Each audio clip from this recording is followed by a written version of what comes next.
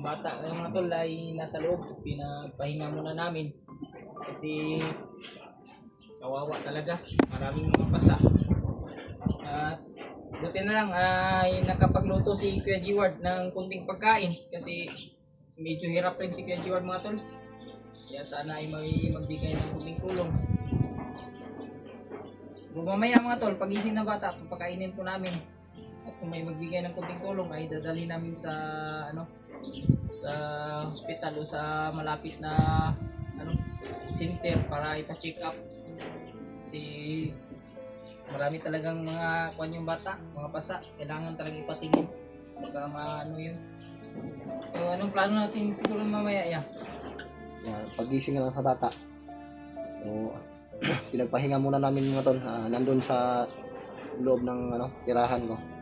Kasi kami lang dito. Nung dumating kami dito sa bahay, walang tao dito mga tol. Kasi bago ako umakyat sa kabundukan, nilagay ko muna sa safety yung mag-ina ko. So, kaya dumiretso kami dito ni Brad Kilaw at ni Brad Marvin. Dahil alam ko na walang tao dito. Para sa gayong paraan man lang ay makapagpahinga ng maayos yung bata. Pati si Dahil kami lang dito. Brad So Kilaw si na papahinga rin. Brad Kilaw Napagod ngayon. dito. Kasi siya yung may sa bata kanina. Siya yung nagbitbit ng bata ba? Kasi hirap na sa paglakad yung bata mga tol. Nahirapan sa paglakad kaya na lang binuhat ni Brad Kilaw. Na yan, si Brad Kilaw, napagod yan sa mahabang paglalakbay. Napagod to. So, Kaya nagpapahinga. hinayaan na lang namin si Brad Kilaw na magpahinga muna pansamantala. Pero kapag gigising din ito, kailangan namin gising ito para masidlan din yung tiyan niya. Kapag saing kasi kami ni Brad Marvin ng saging.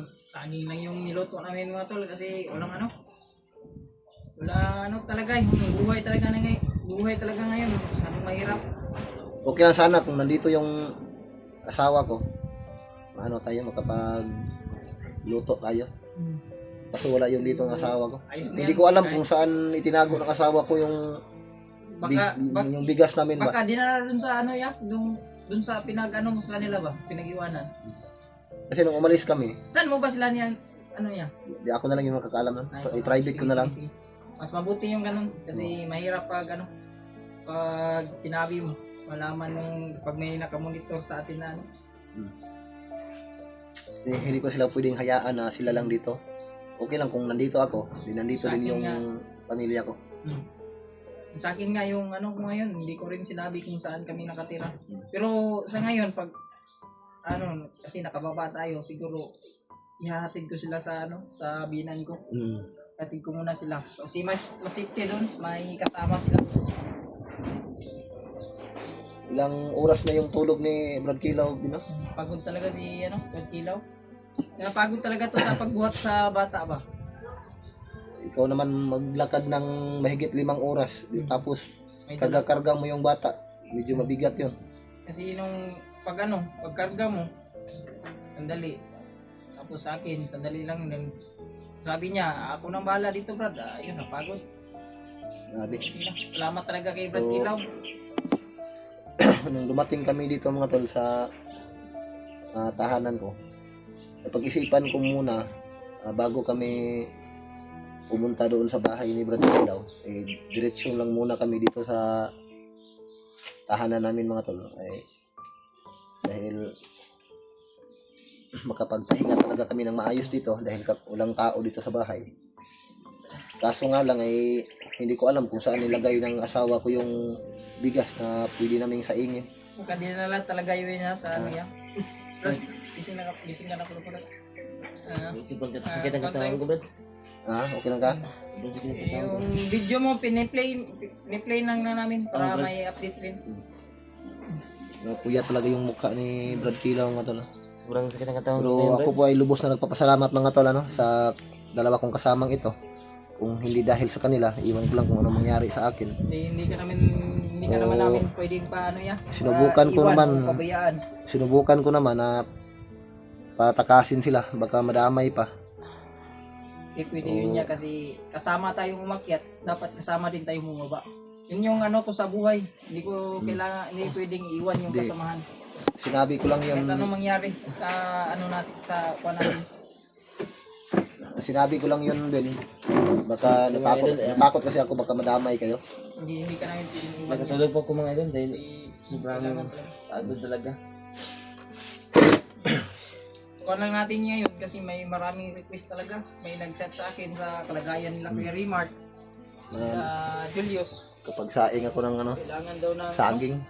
kailangan daw ng tulong. Si Julius daw, brad, ay bubog sarado. Tapos si Pido, Sobrang pwede ko talaga mga idol. kailangan daw iligtas yung ano, mag-ina, Pagdala ng mga bata. yung Sa bata. mag-ina ng kapatid niya, yung anong tawag yun sa bayaw. Bayaw. Yung bayaw niya at pamangkin. Ikaw talaga. Yun mga tol, saan po ninyo na Salamat po tayo mga idol dahil nakababa po tayo ng ligtas. At dito pa rin tayo lang nakababa. kumpleto pa rin. Kasama pa rin natin si Brad Marvin at si Brad Hayward. At yung bata ay bit-bit pa rin natin. Marami nga nang gano brad, baka anak daw nung ano, may nagkano sa akin na may dalawang bata daw na ano, anak kong kuha nila Kuya Buds, Jerome daw, dalawang bata. Kaya lang, nasabi natin na ano, hindi yun yung bata. Pero yan matol, sabi ng bata, nakausap namin, pero hindi siya masyadong ano kasi may trauma pa yung bata. Sabi niya, narinig niya sa mga bandido na marami pa daw Pasensya po kayo mga marami idol. pa daw mga bata yung bihag. Sobrang pagod na Siguro, pagod po talaga tayo sa Nasa mga batang yun, yung pagbaba dalawang natin. bata na hinahanap ng Kuya Buds. dahil bit-bit talaga yung bata. At ako naman yung ano, medyo malaki-laki yung katawan sa kanila. Kaya sinabi ko sa kanila, Brad Marvin at Brad Hayward, na ako na lang magdala sa bata. Kaya ngayon, medyo masakit yung katawan natin. Pero okay lang idol. Dahil nakatulong po tayo. Mahalaga ay Mahalaga nakatulong po tayo. ano, nababa natin yung bata. Nababa natin yung bata na ligtas. Nailigtas. Pero ang kuha natin sa ngayon, kailangan talaga natin Andito ngayon si ano? umakyat agad. Si Brad Hayward. Lumatol. Kumusta kayo? Andito ngayon si ano? Yung matol, Kasama pa rin natin Hello si ano, Brad Marvin at si Brad Hayward. supportahan niyo po yung channel ko matol. Salamat po sa ano, sa walang sawang pagpanood ng ating mga video. Sana ay patuloy po yung mga pagdarasal ninyo sa kaligtasan ng mga kasama natin. At maraming salamat po inyo lahat. So, may dala, nagpapasalamat po kami sa walang sawang suporta nyo. At sana suportahan nyo po yung kasama natin, si Marvin. Brad Marvin at si Brad Hayward. Yan, yung pagsuporta nyo sa amin, malaking tulong na po yun. Laging tulong na talaga. Sana tuloy-tuloy po yung suporta nyo sa amin. Ang kuhan nyo din natin karon Brad, kay yung kuhan nyo, sila Kuya Remark, sila Julius, sila Pidot, sila EG, sila Kuya Buds. Yun, mabanggit mo sa akin, Brad. Malapit na yung ano mo, Brad? Yung karawan mo, Brad? Anong pinsan mo? Anong pinsan mo? Karawan mo pala yan, di ba? Malapit na yung Malapit na yung karawan ni Brad Hayward, mga idol. malapit na yung karawan ni Kuya G-Ward. Yung ano siguro, Sabado ba? Linggo. Ano mo yun dyan niya? Linggo ba yan? Walang ano, Linggo ba yan? Sabado, yung 15. hindi ko wala. Ang magkano lang tayo dito. Kung papalarin kayo na magkaroon kayo ng time, O, papasya na kami dito. magkano tayo? Yung rente tayo ng isla. Ano, bukas pa o sabi ko na Sa sunod na araw. Yung papa ko, Brad, may kurente rin, Brad. Linggo siguro yun, no? Yung 15. kasi ano, Parang linggo subukan yan, lang Brad. natin, subukan Linggo, kasi Sabado ba yun? Parang 15. linggo yan. Anong kuhan lang kasi ngayon, maraming Okay. nag-request talaga. Habang nabanggit ni Brad Marvin yung kaarawan ko mga tol sa darating na pizza 15 ng Marso at sa buwang ito. O i-greet ko lang muna yung ano ko, kapatid ko na babae. Kasi kaarawan din ng kapatid ko na babae sa darating na bukas, 12. 11 tayo ngayon.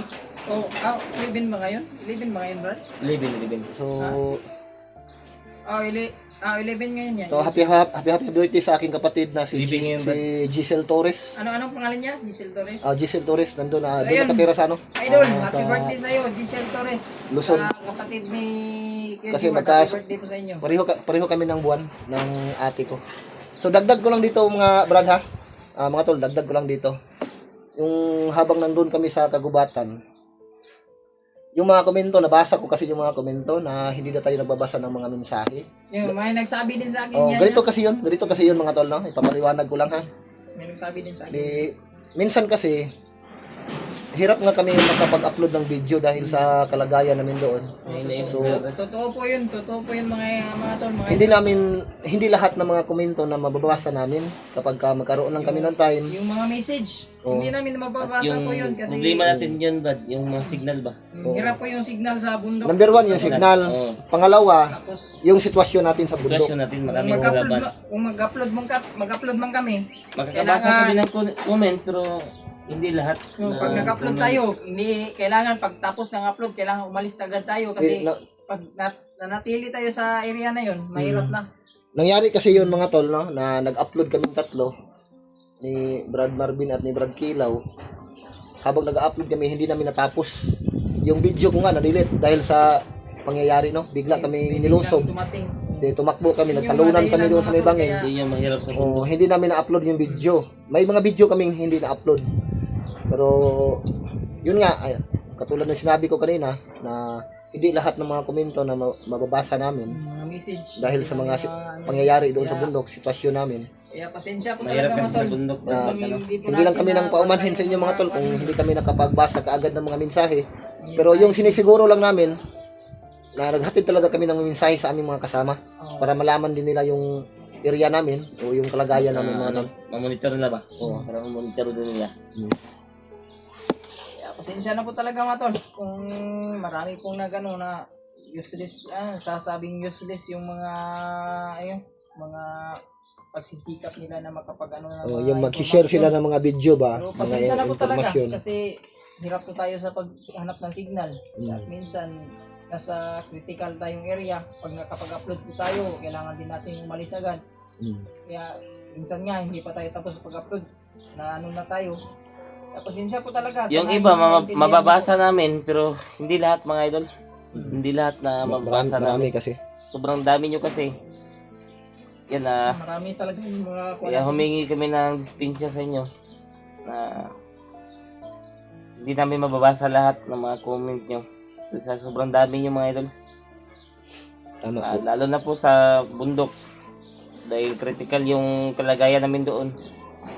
Hindi namin magawa ng time na magbasa ng mga comment.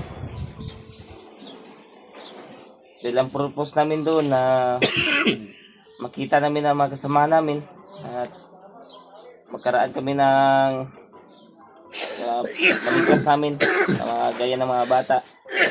Yung nakaraang Kaya, araw pasensya kayo na po. Yung nakaraang araw kayo. May ano kasi ako, may lagnat kasi ako pero hindi ko lang Ako Brad, nakarang araw pa rin. hindi ko pinapansin yung Kitang- lagnat ko. Binabayaan ko lang. Pag papansinin mo yan Brad, lalong lumala yan Brad. Pero yung ubo ko talaga hindi na ito bago lang. Panahon pa to ni Irap Estrada. Matagal na pa yan Brad. Matagal na pala yan. joke lang. Matol, yung mga kuha natin yan, mga support na video na kuha natin kasi hindi natin nabasa yung mga mensahe nila. Pasensya na po talaga. Pag, Luto na siguro ko Maraming lang salamat Brad po ito. sa inyo lahat. Pasensya na po kayo talaga. Pinabasa. Maraming salamat. Tinatanaw po namin malaking utang na loob sa inyo yun. Yung mga pag-share nyo po ng impormasyon, napakalaking tulong po sa amin yun. Kaya pasensya na lang po talaga kung hindi po namin nabasa. Pero asahan po ninyo Pangalawang luto na na namin kasama ito po idol. kayo sa mga Luto na. hindi namin sa mga gabay namin. Kinaluluan Luto na, Brad? Lulu Paterno, tagabay ni Brad Kino. Anong saging ito? Sab'a? Sana ay Sab'a. parati kayong ligtas at kasama kayo sa kalusugan. green and gold. Green yung kulay. Anong nangyari? Green yung kulay. Green? Saging.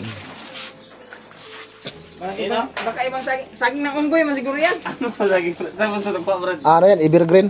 Evergreen na saging. Evergreen plato ng saging mga idol. Hindi man siguro naluto yan, Brad. Hindi meron. Ha? Libre ko rin. Yung motor. Pero pa ka dito na, hindi naluto. Wala na akong, naubos na yung panggatong ko ba? Wala kasi ako dito ng mga itong buwan. So yan, hanggang dito muna siguro yung ano namin idol. Nag-update lang kami ngayon para hindi po kayo mag-alala. At nababa na namin yung bata na naligtas namin. Bata, Brad. Hindi pa nagising. Hindi pa nagising ba? Gisingin na lang kayo natin. Mamaya Brad, pakainin natin yan. Ano pa talaga siya, makapag-relax. Yan, napapasalamat po tayo sa lahat ng mga sumabaybay sa atin. Sa lahat ng nagdarasal sa atin. Yan, napapasalamat din tayo kay Lolo Paterno na binigyan tayo na mabisang mutya para sa sa karamdaman. Buti na lang na binigyan tayo ng mutya ni Lolo. Yung nabanggit ni Lolo kahapon